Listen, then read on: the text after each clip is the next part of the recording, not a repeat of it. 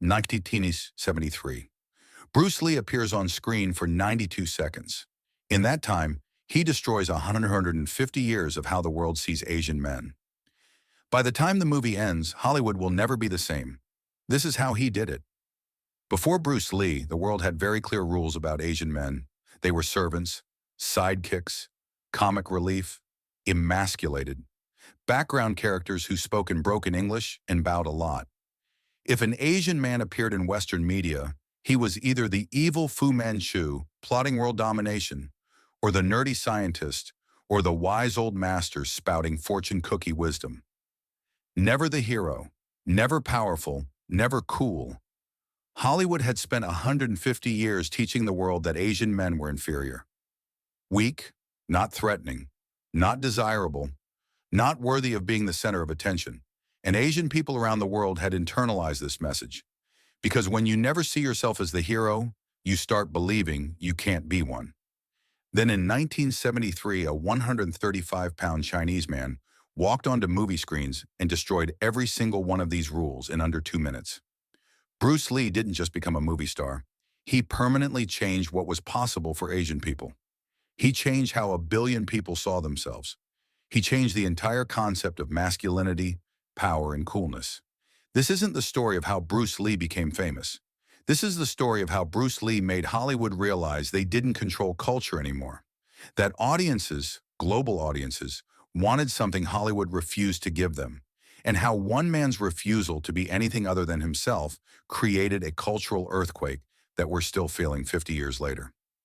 To understand what Bruce Lee changed, you need to understand what it meant to be Asian in Western media before him. 1960s America and Europe. Asian men are everywhere in movies and TV, but only in specific roles. The villain, Fu Manchu, the evil Oriental mastermind with a thin mustache, plotting to conquer the white race, yellow peril personified. The servant, houseboys, cooks, laundrymen, always booing, always saying yes sir in broken English, completely subservient. The wise old master, teaching white heroes ancient Eastern wisdom, but never fighting, never being physical, never being sexual, just mystical and old. The comic relief, bumbling, confused by Western culture, speaking nonsense English. The joke, never the hero. This wasn't accidental. This was systematic dehumanization. Hollywood was teaching the world that Asian men were not threats, not competitors, not equals. And it worked. Asian men in the West were the least desired demographic for dating. They were stereotyped as weak, nerdy, effeminate. They were passed over for leadership roles. They were invisible in positions of power. Asian kids growing up in the West had no heroes who looked like them. When they watched movies, they had to imagine themselves as white heroes, because the Asian characters were never the cool ones. Bruce Lee grew up with this. Born in San Francisco, raised in Hong Kong. When he came back to America as an adult, he encountered this wall of racism everywhere. In 1964, Bruce pitched a TV show idea, a Shaolin monk wandering the American West, using martial arts and philosophy to help people. Hollywood loved it, but they didn't want Bruce as the star. They gave the role to David Carradine, a white actor with no martial arts training. The show was called Kung Fu. It ran for 3 seasons, made millions. Bruce got nothing, not even credit for the concept. This was the message. Even in a show about a Chinese martial artist, Hollywood preferred a white man playing Asian. Bruce did get one role, Kato in The Green Hornet, 1966-1967. But Kato was the sidekick, the driver, the servant to the white hero. Bruce made Kato cool, moving so fast cameras couldn't capture him, doing his own stunts, bringing real martial arts to American TV for the first time. But he was still the sidekick. The show was canceled after 1 season in America. But something strange happened. The Green Hornet aired in Asia, and Bruce Lee became a phenomenon. Not the Green Hornet, not the white hero. Bruce, the sidekick. Asian audiences saw something Hollywood didn't. Power, confidence, masculinity, coolness. And Bruce realized, Hollywood will never give me a chance, so I'll take it myself. Bruce returns to Hong Kong with a plan. If Hollywood won't let him be the hero, he'll become the hero somewhere else. And then Hollywood will have to notice. He makes the big boss for a tiny budget. The plot is simple. Bruce plays a factory worker who discovers his bosses are drug dealers. He fights them. But here's what's different. When Bruce Lee fights on screen, it's not like anything the world has ever seen. Watch Bruce move. He's fast, impossibly fast. He's powerful. You can hear the impact of his strikes. He's graceful. Every movement is precise, beautiful, deadly. But more than technique, Bruce has something else. Attitude. When Bruce walks on screen, he doesn't bow. He doesn't apologize. He doesn't shrink himself to make others comfortable. He stares at his opponents with complete confidence. He smirks. He challenges them. He dominates. This is an Asian man being aggressive, being confident, being sexual, being cool. Asian audiences lose their minds because they've never seen themselves like this on screen, ever. The Big Boss breaks every box office record in Hong Kong. Lines around the block, people seeing it multiple times, not just because of the fighting, because of what Bruce represents. For the first time, Asian people see themselves as powerful, as heroes, as cool. Bruce makes 3 more films in rapid succession. Fist of Fury, 1972. There's a scene where Japanese fighters bring a sign to a Chinese martial arts school that says "Sick Man of Asia." Bruce destroys them and rips the sign apart. This isn't just a fight scene. It's 150 years of Asian humiliation being avenged. Every Asian person who'd been called weak, inferior, less than, watching Bruce destroy that sign was catharsis. Way of the Dragon, 1972. Bruce writes, directs, produces, and stars. Complete creative control. The film ends with Bruce fighting Chuck Norris in the Roman Colosseum. The symbolism is perfect. East versus West, in the heart of Western civilization, and the East wins. Enter the Dragon. In 1973, Warner Brothers finally notices. They co-produced with Hong Kong studios. Real Hollywood budget. Global release. And in Enter the Dragon, Bruce Lee has that scene, the opening fight. 92 seconds that change everything. Let's break down those 92 seconds, because this is where Bruce Lee destroys 150 years of Asian stereotypes. The scene, a martial arts tournament. Bruce versus a larger opponent, no music, just the sounds of breathing and impact. Bruce stands there, shirtless, muscular. His body is a work of art, 0% body fat, every muscle defined. He's 135 pounds but looks carved from stone. His opponent is bigger, taller, more muscular. Should be intimidating, but Bruce's presence fills the screen. His confidence, his focus, his complete lack of fear. The opponent attacks. Bruce doesn't just defend, he dominates. Every movement is precise, efficient, beautiful. Watch his face. He's not grimacing, not straining. He looks almost bored, like this is too easy. The opponent keeps attacking. Bruce keeps effortlessly destroying him. Then when he's tired of playing, Bruce ends it with a perfect flying kick. The opponent falls, defeated, humiliated. Bruce barely broke a sweat. Now here's what's revolutionary about this scene. Bruce is the coolest person on screen, not trying to be cool, being cool, effortlessly. He's physically dominant.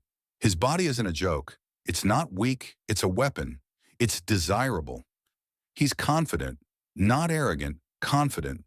There's a difference. He knows he's the best and doesn't need to prove it loudly. 4. He's sexy. Women in the scene watch him with desire.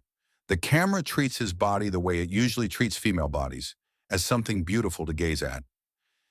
He's in complete control of himself, of the fight, of the scene, of everything.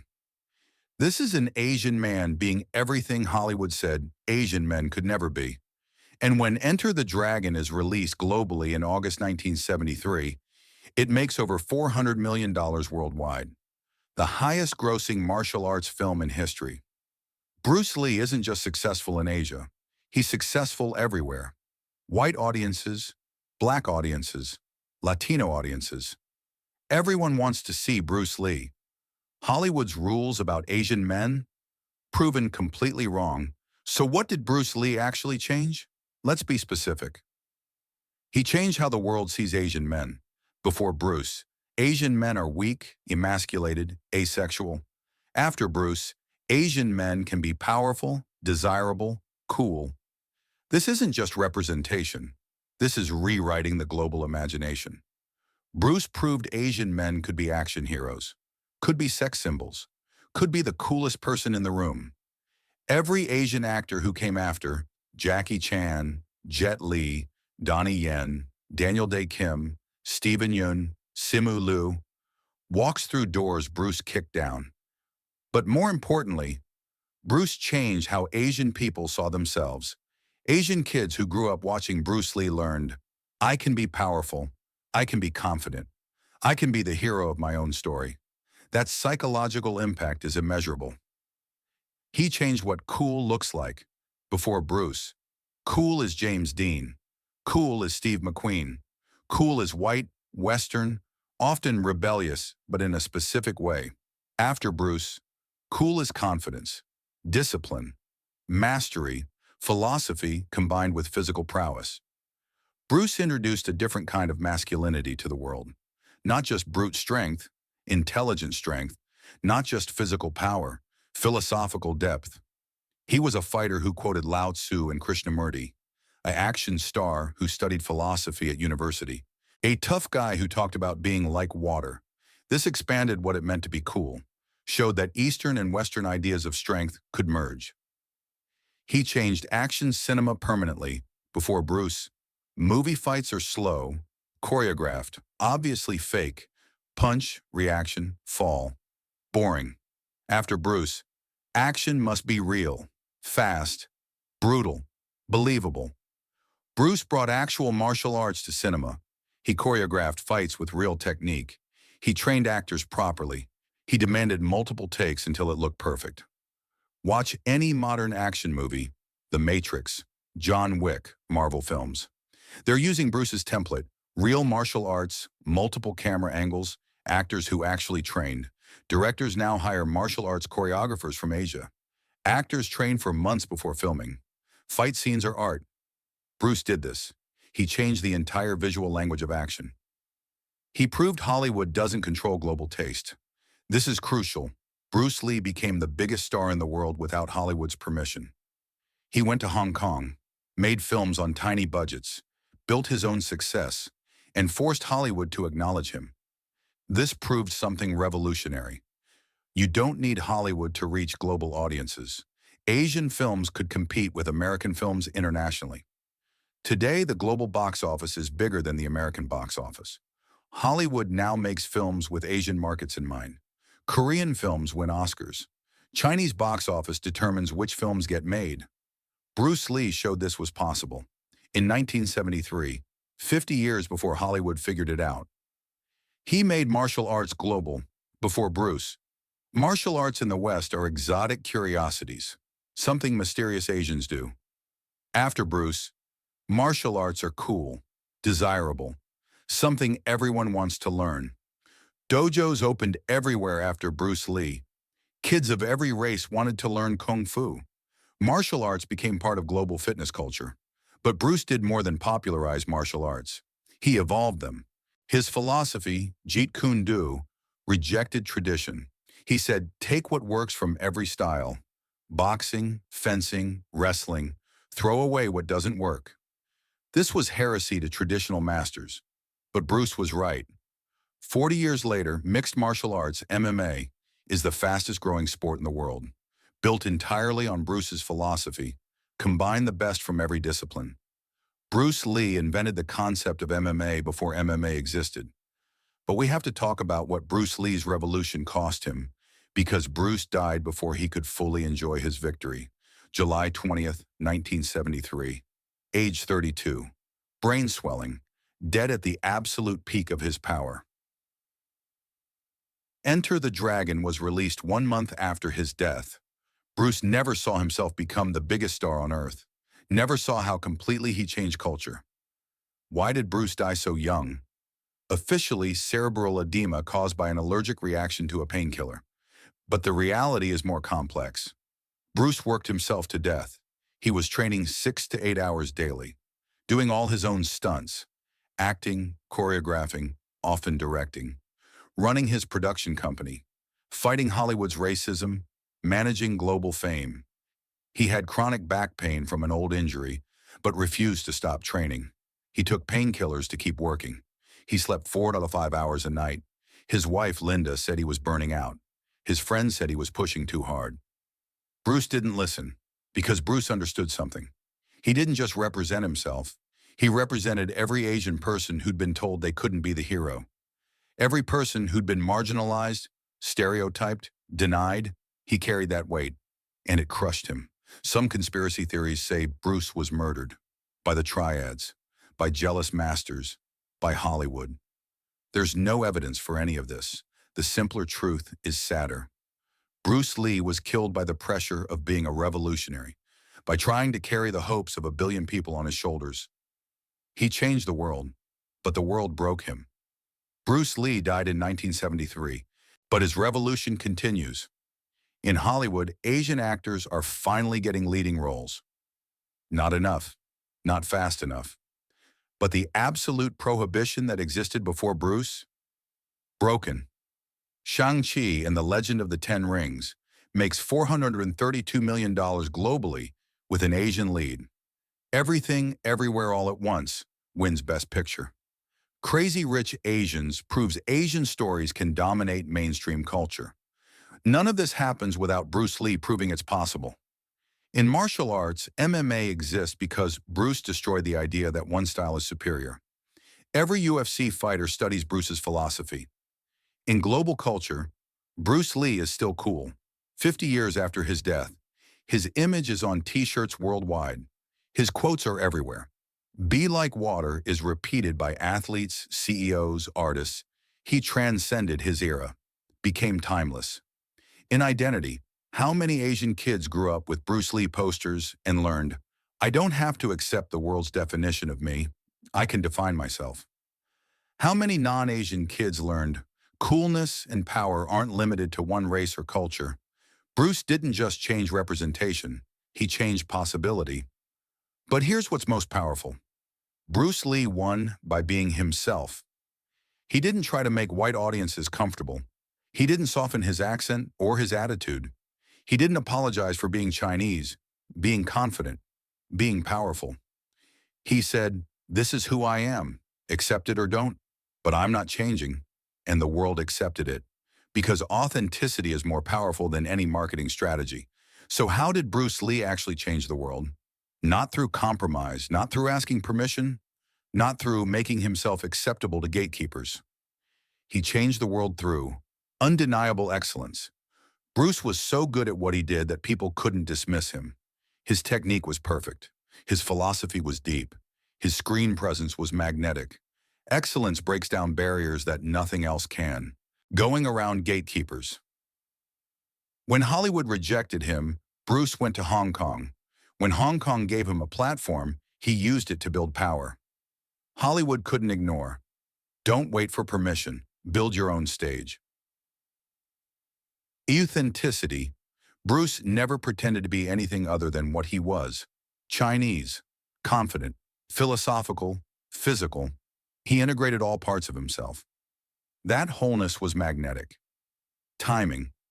Bruce appeared exactly when global audiences were ready for something different, when Asian markets were growing, when people were tired of the same white heroes.